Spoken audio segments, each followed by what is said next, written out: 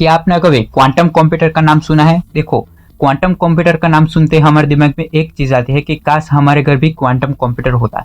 देखो, ये बात तो सही है, क्योंकि हम जितना कूल समझते हैं क्वांटम कंप्यूटर्स को, उससे काफी ज्यादा कूल है ये क्वांटम कंप्यूटर्स।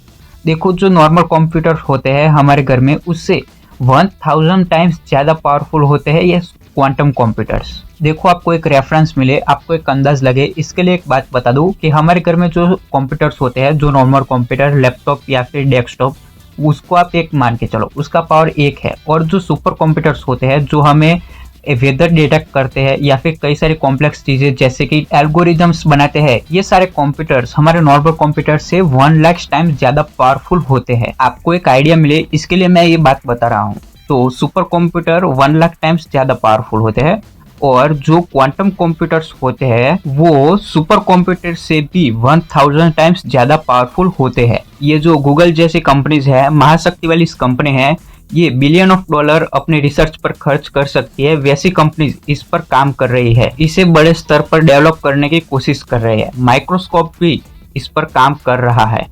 तो गूगल और माइक्रोसॉफ्ट जैसी कई सारी कंपनीज अब इंडिया में टाई अप कर रही है। तो हम एक्सेप्ट कर सकते हैं कि बहुत जल्द हम इंडिया में क्वांटम कंप्यूटर देख पाएंगे।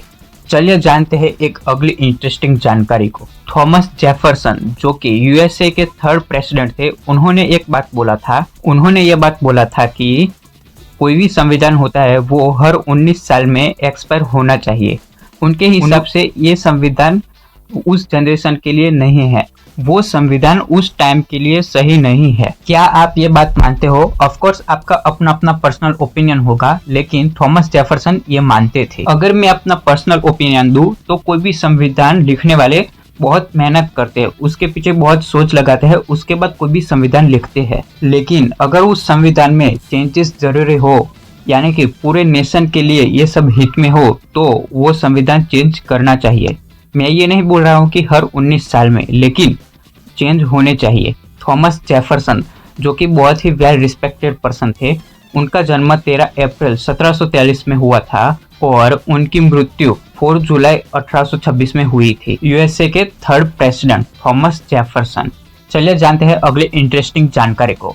क्या आपको पता है कि जो एक्सेसिव कैफीन कंजक्शन है, यानी कि जो ज्यादा मात्रा में कॉफी पीते हैं, उनके अंदर एंजाइटी और इसकी तरह अलग अलग डिसऑर्डर्स उसके अंदर होने के चांसेस ज्यादा है। देखो, क्या है कि कॉफी जो है वो हमारे अंदर नींद को फील नहीं करने देता। मान लो आपके शरीर पर कोई जगह पर चोट लगी है, तो आप पेन किलर खाते हो, तो वो पेन किलर खाने से वो पेन नहीं मिटता, लेकिन हमारा बॉडी वो सिग्नल माइंड तक नहीं पहुंचाने देता, जिससे हमें पेन नहीं हो रहा वैसा फील होता है।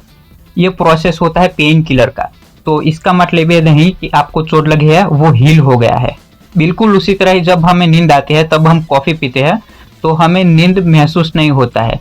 काइंड ऑफ आपका नींद भाग जाएगा, आपको लगेगा कि ये कॉफी तो अच्छा काम किया। आधे घंटे बाद आप देखोगे कि आप एकदम फ्रेश फील कर रहे हो, लेकिन आपकी वो फ्रेशनेस रियल नहीं होती है। उस वक्त भी आपका दिमाग बहुत टायर्ड रहता है, उसको रिकवरी की उस वक्त भी जरूर है, लेकिन कॉफी वो आपको फील नहीं होने देता। तो ये अच्छी बात है या फिर बुरी बात है? काइंड ऑफ कभी कभी ये चीज है तो ये अच्छी बात है, आपको एनर्जी दे रहा है। लेकिन अगर ये चीज बहुत लॉन्ग टाइम के लिए होती है, आप रेगुलरली से यूज करते हैं, तब वो आपकी सेहत के लिए बहुत बुरी बात है। जो लोग दिन भर कॉफी पी रहे होते हैं उनके लिए बहुत ही बुरी बात है। आप उन लोगों में एंग्जाइटी देखोगे, तो ये आदत बहुत बुरी है। अगर आपको हमारा वीडियो पसंद आया हो तो लाइक कीजिए, अपने फ्रेंड के साथ शेयर कीजिए और नीचे कमेंट कीजिए नेक्स्ट वीडियो कौन सा चाहिए। अगर आप हमारे चैनल पर नए हैं तो सब्सक्राइब करना ना भूलिए। Thank you.